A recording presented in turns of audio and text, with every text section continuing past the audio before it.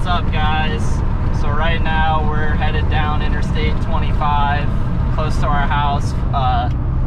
This is a really notoriously bumpy section of the highway up here, and we're basically going to take this little before trip to kind of show you guys how terrible this truck rides. Right now it's sitting on some BDS Fox shocks. They're no slouch by any means, but they do not take these bumps well at all. So we're coming up on this really bumpy section here. So right here, the road is really bumpy. If you can't tell, I'm shaking all over the place, but what's up, guys? We're back at the house now. Just got back from driving, showing the crazy bumps on the road. So I'm sure from the thumbnail, you guys can tell that the giveaway truck is getting some Bilsteins today. But first, if you haven't done so already, please go like our page and subscribe right here. That would really be greatly appreciated.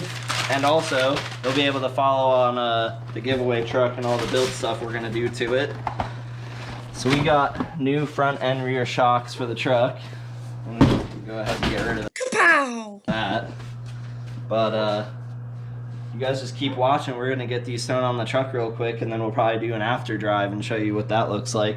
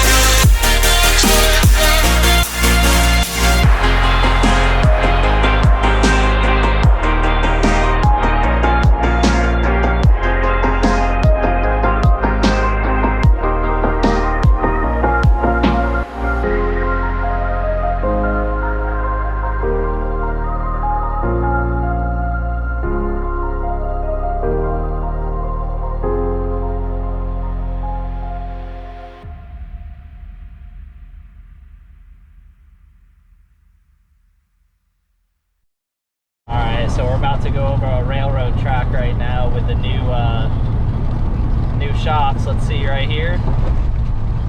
It's still a stiff truck, but definitely softer than it was. It didn't bounce around as much, so that's good.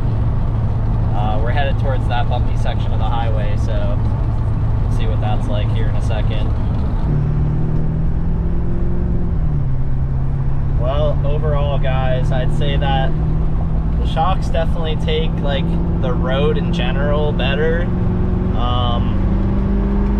Merged onto the highway here pretty fast.